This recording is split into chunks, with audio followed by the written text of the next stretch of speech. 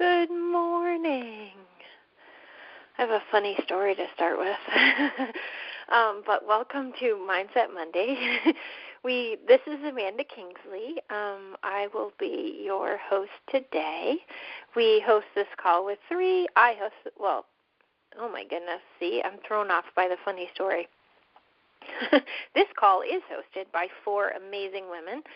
So 3 other women and I rotate the calls. And this morning, I am going to talk about our space and how clarity in our space brings clarity in our mind. Again, my name is Amanda Kingsley. I am a life coach and a network marketer. And I'm excited to share with you today. But I do want to share a funny story because last night I am a work-at-home mom, and I have 3 kids. They are just coming off school vacation. However, my preschooler, who's 4, he's home today. So it is likely that he's going to pop in here and interrupt the call, and gently, I assume. But he is home today, and just before the call, he had a spill. And what's funny about this is that yesterday he spilt a smoothie in this one room, and this morning he spilled orange juice in the same room. Yes, I know I should not let him bring these things into that room. I maybe have learned my lesson by now. But what's funny about this is that this is a room that I've been doing a lot of work in my house in terms of decluttering and some really deep feng shui work, which has proved to be some of the most powerful work I have done. I'm not going to go too deep into feng shui in this call today. However, feng shui is an incredible practice that is worth looking into. Reach out to me if you want to learn more. I have some cool programs coming up. But I've been doing a lot of feng shui in my own house and really feeling massive results. Every time I do, I feel incredible results. But what's funny about the smoothie and the orange juice is that I've been doing work in a lot of the rooms, and at one point I decided I was going to clean out from under my couch. You know how if you have children or don't have children, that's a space that can gather a bunch of stuff. So at one point, I cleaned under the couch, but I put a bunch of little toys and Legos and balls and stuff in this pile on my ottoman. And then the room just started to get cluttered and cluttered and cluttered. And of all the rooms in the house, that room has remained the most cluttered. In feng shui, that room is the knowledge and self-cultivation room. So, again, I'm not going to go too deep into that, but the voice that I keep hearing is you need to address that room. You need to address that room. You need to get rid of the clutter you created when you moved everything out from under the couch. You need to take care of that. And so I just think it's funny that 2 days in a row now my son has had a spill in that room. And if you believe in sort of the woo of the world, we get the messages we need to hear. The message there is I will be addressing that room today. I'm not putting it off any longer and inviting any more spells. So sometimes we get messages from our world about the rooms that need attention or the spaces that need attention in our life, and I think that's really interesting. I'm going to go much deeper into how our spaces affect our minds. But again, I've been doing a lot of feng shui, but I want to point out that feng shui is not, it's a practice of opening the flow of energy, right? It's just like giving space to what we want to bring into our life, opening the flow of energy so that opportunities come to us. We're able to have clarity about decision making. We have clearer communication in our relationships. And a lot of times it can look like just keeping a clean house, but that's not what it's about. It's about although it often results in clearing clutter in our home, which clears clutter in our minds and brings us clarity, it's not about keeping a clean house. Although that does make a big difference, It's about having a smooth energy flow and having things placed where they intentionally will bring what you want to your life. So just think about your own home, and think about how you feel when it's tidy. How do you feel when it's gotten a deep clean, maybe a spring clean? That's the season we're in. But how does it affect you when you wake up in the morning, when you go to bed at night, when someone stops by unexpectedly and your home is feeling tidy and uncluttered? Just notice how you feel about that, or notice how you feel when you step into someone else's home and it is either tidy or untidy. How do you feel in your body, in your mind? Is there clutter in your mind when there's clutter in a space? For most, well, I would argue for everyone that is true, although some of us notice it and some of us don't. So how we do one thing is how we do everything. That's definitely come up in other calls, probably in my own, but I'm sure too with the other amazing ladies who host these calls. How we do one thing is how we do everything, and that actually goes for the connection between our space and our mind. And when we clear our spaces, we clear our mind. So today I'm going to jump through some really actionable things that we can reflect on and take note with. So if you have a pen and paper, that would be really helpful. If not, you can listen to the call again, or you can just go with whatever sticks out, whatever you remember to pay attention to. But another thing I've really given attention to, and I know some of the other women have too, is the power of questions. So I'm going to ask you 3 questions and then state an affirmation about each of the spaces that are common spaces that when we give attention to in terms of clearing and decluttering and having meaningful, intentional things in that space, and then how some of the common spaces that can clutter up our mind that we might not be paying attention to. So the first would be the home. And so if you took like an outsider's perspective and you stepped into your home and just asked yourself, what is my home trying to tell me, right? Is it cluttered? Are there things in my path? Do I feel uncomfortable? Is it dark? Is it welcoming? So just look at your home from an outsider's perspective and ask, like, what is my home trying to tell me about what's happening inside my mind, inside my dreams, inside my desires? And you may or may not get an answer, but it's a really interesting question to ask. And I can promise you that if you do sit with it and just let the answer come, it will come. You will get some clarity. But just step into your home and kind of take note. What is it trying to tell you? Another question in your home is, does this space feel inviting to me and to my guests? Right?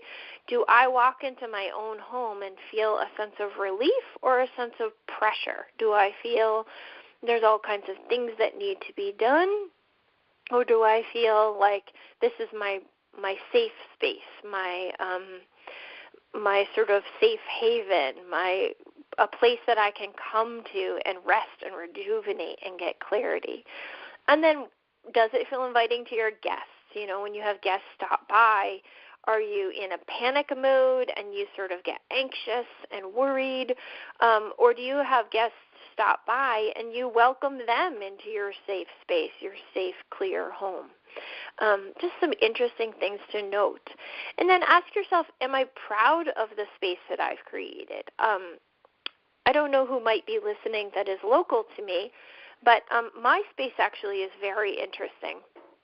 We bought our house about 15 years ago-ish, and the outside of it is pretty much a wreck. It's really bad, like really old cedar shakes. It needs a paint job. It needs really a whole residing. But we've given a lot of attention to the inside of our home.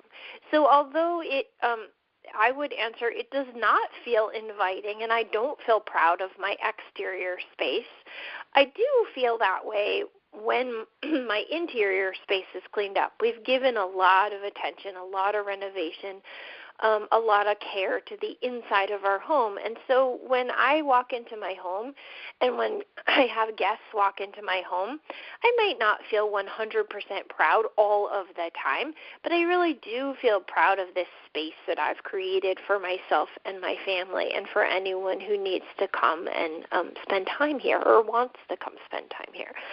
So you can ask yourself that. Am I proud of what I've created in this space? And the affirmation that I would ask you to look at in your home is, when my home feels good, I feel good. And just sit with that.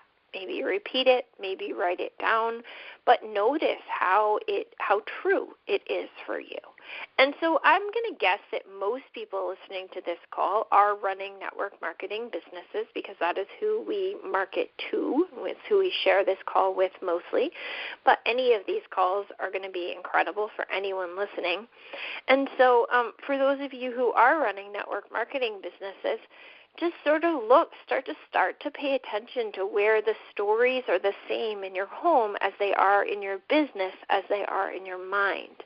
And the more and more you pay attention, the better you'll get at seeing the connections, right?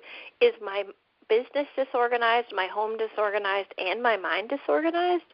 Well, maybe the first place I can start is my home, because it's tangible. I know how to fix that. I might not know how to clear my mind. But if I clear my mind or my home, it might help me clear my mind, bring more organization to my mind, my home, and my business. So just start paying attention. The more you work with others, because I do think we can see things in each other that are harder to see in ourselves, but the more you work with other people and receive their wisdom and advice and allow them to help you notice these stories, the better you get at doing it yourself. So at the beginning, it's kind of tricky. It takes some practice. You might want someone else to help you notice those stories. But let's look at our office. So wherever your office is, if you work a full-time job, if you have a home office, if you have sort of a traveling office, ask yourself these questions. Is my office organized and in alignment with my dreams? Right? So we all have dreams and visions. We probably wouldn't be on this call if we didn't have clear dreams and visions, or at least coming into clarity dreams and visions. Is your office in organizational and energetic alignment with those dreams that you have? Or is your office just piled up papers and old coffee cups and dusty? I'm looking at my own dusty desk, which needs to be wiped down. Is your office in alignment with what you're trying to create in your life? Because if it's not, bringing it into alignment is really going to change the way you reach your goals and you grow your business. Here comes little man. Okay, buddy, we have to be very quiet because I'm on a call, okay? And then the next question you can ask in your office is, what changes can I make in my office that will reflect in my business, in my organization? So if I bring order to my office, how will that reflect back into my business? Will the people in my team start to feel more organized? Will the people in my team start to feel clearer about what their dreams are and how they want to achieve them? I can promise you that if you really pay attention, you will notice the connection. It's quite incredible and powerful. The next question I would ask in your office is, where am I holding on to things that I need to let go of? And you might notice as you sort through things in your office and pay attention to the things that are in your space, you might notice there's some things that you need to let go of. And there may also be things that you need to let go of in your organization, in your team, in your network. I just had an Instagram post recently that was about, are we helping the people who want help? And sometimes there are things in our team or our organization that we need to let go of, that we need to allow to fly free. And when we do, sometimes they fly back to us and sometimes they don't. But either way, we feel better. We feel clearer. So notice in your office, where am I holding on to things that I need to let go of? and that will reflect back into your business. And the affirmation that I would suggest you look at is, when I work in a clear space, I have a clear mind. Anytime you're repeating or attaching to, Isaac, you need to go put your other show on, okay?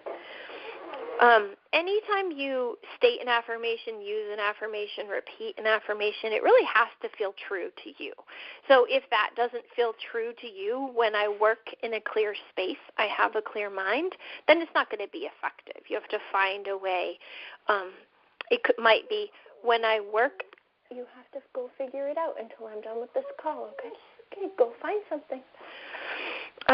It might be, when I work in a clear space, it's possible I will have a clear mind. Maybe you have to sort of bridge that thought, but make sure when you're working with affirmations, they feel true to you. Because if you're waking up in the morning and saying, I am a millionaire, and really you're in debt and you can barely pay your bills, it's not an effective affirmation. It has to feel true to you.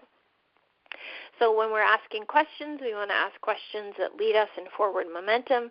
And when we're stating affirmations, we want them to be true to us. So let's move into another space that I know a lot of people forget about, which is their car. So for those of you who commute to work, or those of you who work from home, and definitely those of you who are mamas, how is our car, how is the clarity and clutter in our car affecting our mind and our business? And then sometimes it's beyond the clutter. So you might ask yourself, am I taking care of this car, of this incredible tool that I use to transport me from one place to another, right? You have this incredible tool, this vehicle that will transport you from one place to another. Are you taking care of it? And what other things in your life, if you give attention to your car in a really loving, grateful way, what else does that represent in your life that's transporting you from one place to another?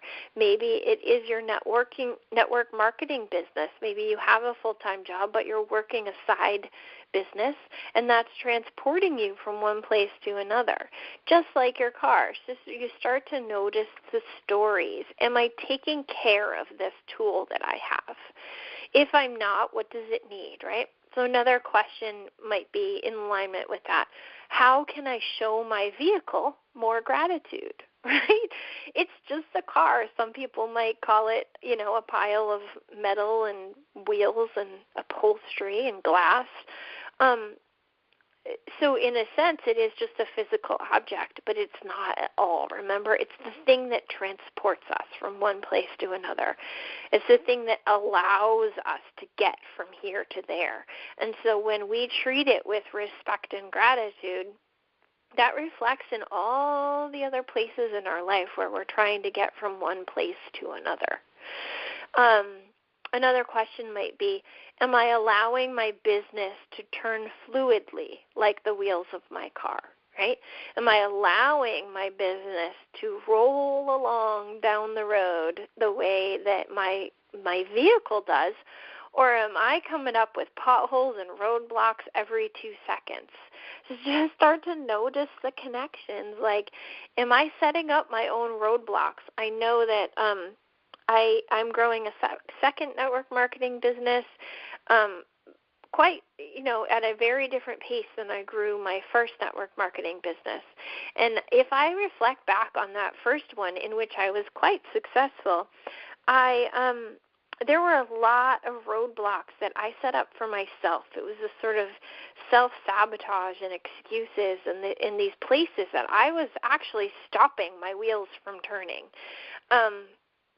And sometimes we can just ask the question and notice the places that we're stopping things from turning fluidly.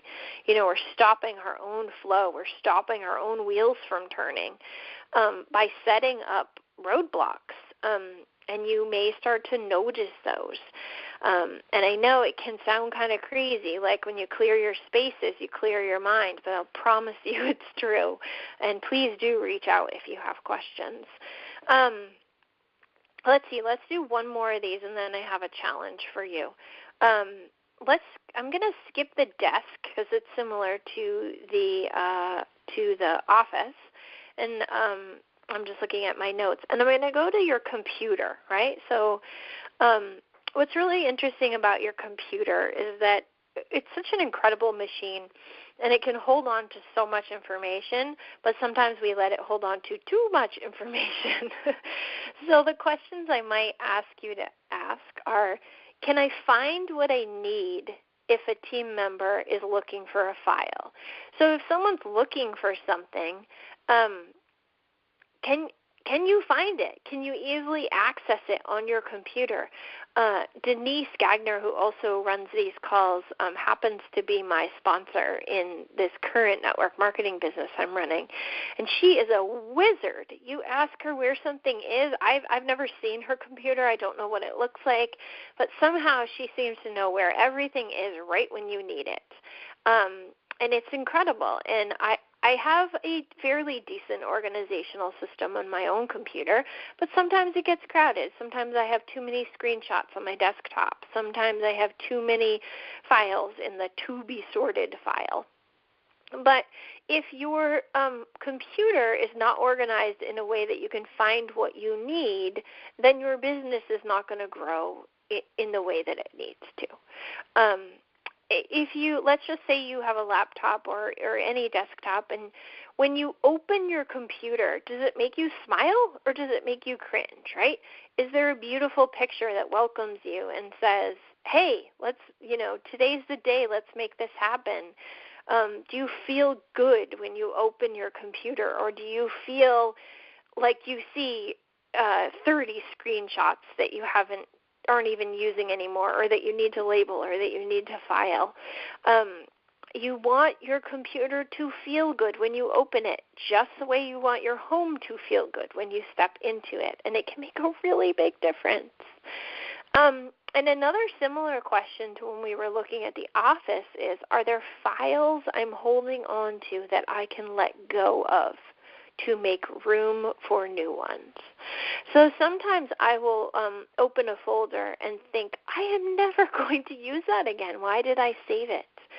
And I'll do some clearing of old files, and it feels so good. It just feels so good to clear away some of that clutter. As soon as I clear it away from my computer, I clear it away from my mind, and I make room for new things to come, right? A lot of us are wanting new teammates, wanting a bigger business, wanting more clients, but we don't have any room to put them, and they can feel that. Right? They can feel whether or not we have space in our lives to welcome them. So when we create that space and that organized system, we attract the things and the people that we want. And the affirmation I would suggest here is, my computer is the home of my business, and I treat it with love and care, right? Similar to the car. Like, am I appreciating, do I have the gratitude that this machine deserves, right? Most of us would not have a business without a computer or a cell phone or whatever it is that you run your business from. But make sure you have gratitude for that, and that you're keeping it a space that is cared for. All right, so that was a lot of questions and a lot of affirmations about our space, but I think even if you just took one of those and really sat with it, you would start to see things shift in your life. So I have one more challenge for you as we finish up this call, and it's to pick one thing in your life that you want to change. So maybe you want more time freedom. Maybe you want to spend more time with friends. Maybe you want more money. But pick one thing in your life that you want to change. And then I want you to pick one place in your life that you will give attention to in order to change that thing. So the things don't have to be connected. Perhaps I want more money in my life, and I'm going to choose my car. So just choose something you want to change and a space you want to give attention to. And then I want you to set an intention, right? So I'll use the money in the car situation. By cleaning and giving loving attention to my car, I am making room for more money to flow into my life. So that might be my intention, right? So by cleaning my car, I'm making room for more money to flow into my life. The two things don't have to be connected. I could have picked the bathroom. I could have picked the my clothes drawers. But one thing you want to change, and one space you're going to set an intention around that with. And then just take a minute and ask yourself, God, the universe, whatever it is that you lean into, what needs to shift here, right? Open the doors of your car and go, what needs to change here? Maybe you do have a clean car, but you need to add a ribbon or a crystal or a air freshener, something to bring joy and love and peace to the car. Or maybe it just needs a really good vacuuming and some attention and love. Maybe you got to clear out the trunk. So ask yourself, or whoever you lean into, what needs to shift in this space in order to get the intention that I'm looking for. So my intention was to open more space for money to flow. And then take action while you're repeating that intention, right? So I might clean my car while repeating, when I take care of my car, I make more room for money to flow into my life. And I might just repeat that over and over again. And I know it sounds silly, but I did this once in my bathroom, and the results were mind-blowing. I'm not even going to say what they were, but I was cleaning this nasty area with setting an intention. I do this over and over and over again. So I might take a shower repeating an intention, or do the dishes repeating an intention. So whatever that space is you're clearing, repeat the intention, even if the two don't seem connected, because I promise you they are, even if you can't see it. So keep repeating that intention while you're cleaning that space, and then or giving attention to that space. And keep it open. You know, you want to be specific, but not too specific. So I'm cleaning this space to make room for the exact amount of money that will bring me peace of mind. So if you are cleaning the car and saying, I'm cleaning the car to bring $10,000 into my life this week. I'm cleaning the car to bring $10,000 into my life this week. Sometimes it's a little too specific, and it's almost like we don't trust in God or the universe or whoever we lean into to know how much money we actually need to bring peace of mind. So again, we're being specific about attracting money, but I really think it's best to be not too specific. So I'm cleaning this space to make room for the exact amount of money that will bring me peace of mind, right? Maybe $10,000 isn't really the number, and so universe or God or whoever is laughing at you because you're saying $10,000, but that's not the number at all. They actually know the number. And so it's better to set the intention for the goal, which is peace of mind, right? The exact amount of money that will bring me peace of mind. Another one would be, I'm rearranging this furniture to open the flow of energy and invite changes that are in the highest good for everyone. So that's always a really good phrase to add, in the highest good for everyone. So I am rearranging this furniture to open the flow of energy and invite changes that are in the highest good for everyone. What this does is it leaves more flexibility.